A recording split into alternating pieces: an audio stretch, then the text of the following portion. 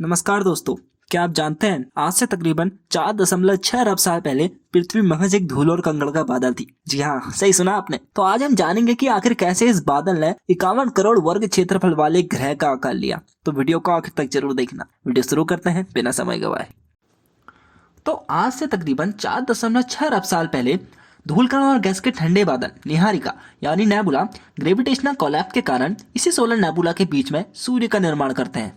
Solar nebula के बीच में सूर्य के निर्माण के बाद बचे हुए निहारिकाओं के कण सूर्य के चारों ओर घूमते हुए एक डिस्क का निर्माण करते हैं। इस डिस्क में घूमते हुए छोटे छोटे पार्टिकल ग्रेविटी के कारण आपस में जुड़कर बड़े पार्टिकल बनाने लगते हैं।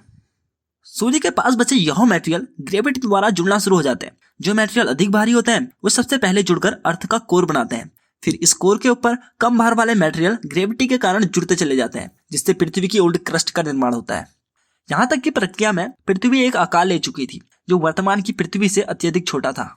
लेकिन ब्रह्मांड में फिर एक ऐसी घटना घटित हुई जिसने मनुष्य जीवन संभव हो पाया, जिसे साइंटिफिकली जायंट इंपैक्ट हाइपोथेसिस या सरल भाषा में बिग स्प्लैश भी कहा जाता है। आज से कुछ 4 अरब साल पहले थिया नामक एक ग्रह पृथ्वी से टकराया, जिसने पृथ्वी को विशाल आकार दिया और इस टकराव से निकले टुकड़ों ने हमारे प्यारे चंद्रमा का निर्माण किया।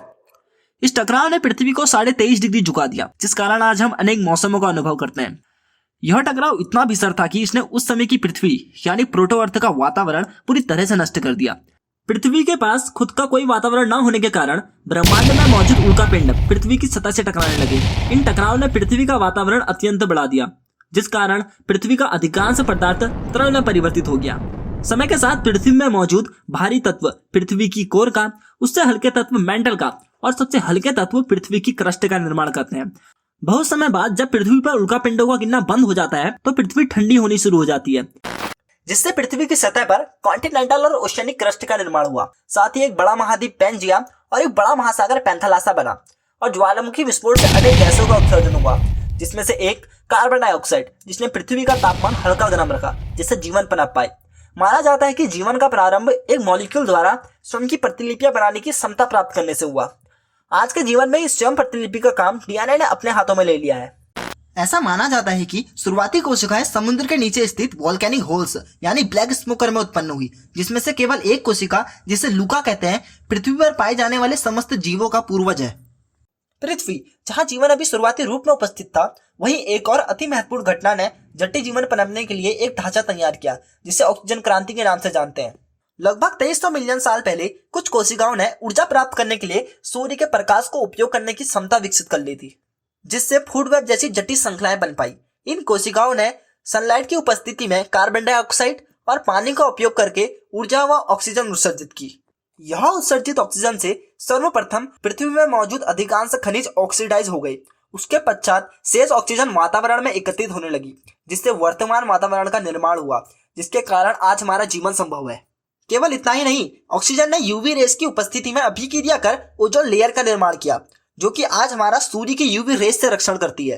वातावरण में मौजूद ऑक्सीजन ने पृथ्वी में मौजूद अनेक कोशिकाओं के लिए प्रतिकूल उपस्थिति उत्पन्न की, जिससे अधिकांश कोशिकाएं विलुप्त हो गई, परंतु कुछ छोटी कोशिकाओं का भी विकास हुआ। समय के साथ इन छोटी कोशिकाओं ने मेटाबॉलिज्म सीख लिया, जिससे इन कोशिकाओं ने ऑक्सीजन की मदद से अवशिष्ट पदार्थों जैसे कार्बन डाइऑक्साइड और प्रोटीन का मेटाबॉलिज्म कर अधिक मात्रा में ऊर्जा प्राप्त की। शीघ्र ही बड़ी कोशिकाओं के अंदर इन छोटी कोशिकाओं का मर्जर हुआ, जिससे बड़ी कोशिकाओं के अवशिष्ट पदार्थों का मेटाबॉलिज्म छोटी कोशिकाओं द्वारा किया गया, जिसके कारण दोनों के बीच सहभागिता स्थापित हुई। इस मर्जर से उत्पन्न नई कोशिकाओं को एक जीव माना जाता है और छोटी कोशिकाओं को मैक्रोकॉन्ड्रिया नाम से इन नई कोशिकाओं का एक अंश माना जाता है। समय के साथ कुछ एक कोशीय जीव कॉलोनीज में रहने लगे, जिससे इनमें श्रम विभाजन होने लगा।